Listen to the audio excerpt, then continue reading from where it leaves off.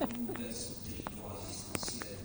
Et elle le fait sur le dos de la cité, comme elle le fait sur le dos des conditions de production de la cité, comme elle le fait sur le dos de ceux qui la produisent, de ceux qui la fabriquent, et de ceux qui la pensent, comme de ceux qui la vivent.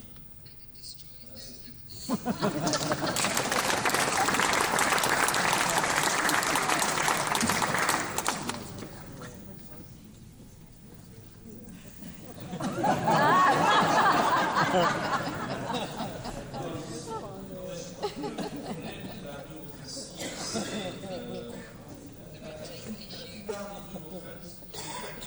Se cache derrière le troisième but de la troisième phase. Et c'est le résultat de. En fait, il faut aussi, au niveau de ceux qui planifient, non, qui sont les bureaucrates, une excellence. Plus ils ont du savoir, plus ils peuvent être flexibles. Je crois que pour moi, le problème, c'est que si celui qui est derrière son bureau n'a pas une vision large, est-ce qu'il lui reste que de dire dans le règlement de la bâtisse, c'est comme ça et c'est pas autrement. Et donc je crois que le prédire, planifier sur le long terme, c'est bien sûr, il faut des lois qui parfois sont sur 15-20 ans, mais plutôt des obligations, des pas les moyens. Et derrière, il faut que tous ceux qui sont autour des décisions soient en fait, donnent le mieux.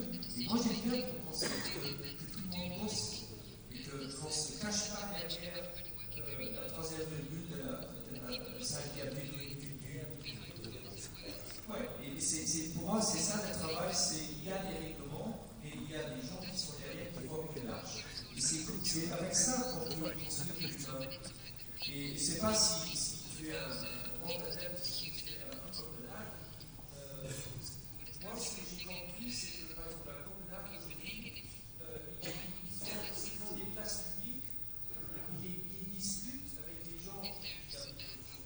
Dans notre grande ville, aujourd'hui, il y a la diversité qui est énorme. Si dans un quartier, tu as beaucoup de migrants qui viennent de Turquie, ils ont une appropriation du lieu public que peut-être les Danois qui datent d'une quatre générations. Est-ce que c'est pas ça aussi aussi doser la créativité sans figer par exemple une place publique, mais de discuter, bien sûr, avec l'excellence architecte, l'ingénieur de l'urbanisme, un concept et de l'essayer avant de le figer complètement dans cette place. Justement, est-ce que la ville de demain est celle des chemins courts, de moins de bureaucratie et de plus de considération pour l'être humain?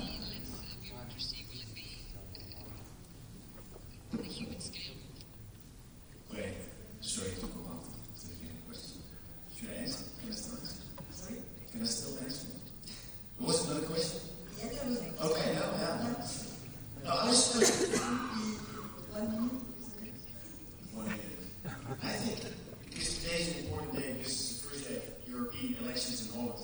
And as you can see, I'm not going to vote. And it's sad, but I know that 70 to 75% of my fellow citizens is not going to vote for Europe. Because Europe is so important. And Europe is important because we don't need national legislation, we need European legislation, just enough legislation to set the boundaries for Europe. And not for 27 individual countries that all go their own way in implementing energy labels and implementing their own city legislation, etc. We need just enough legislation. We need to set a long-term goal. By 2030, we want to get to, maybe even beyond net zero, also for existing buildings. That's what we did in the car industry. That's why we have efficient cars. The real estate sector is slow. And without a long-term vision from regulators, it's always going to be slow. So I think today is a very important day.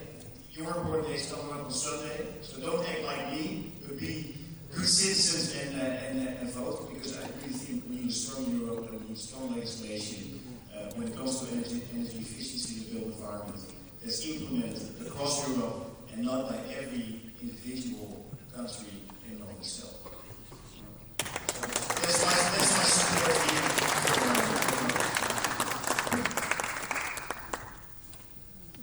Je pense que ça crois qu'on pourrait continuer pendant des heures, des jours, des nuits, mais il faut je voulais remercier tous les intervenants, Yves Coq, Phil Turnes,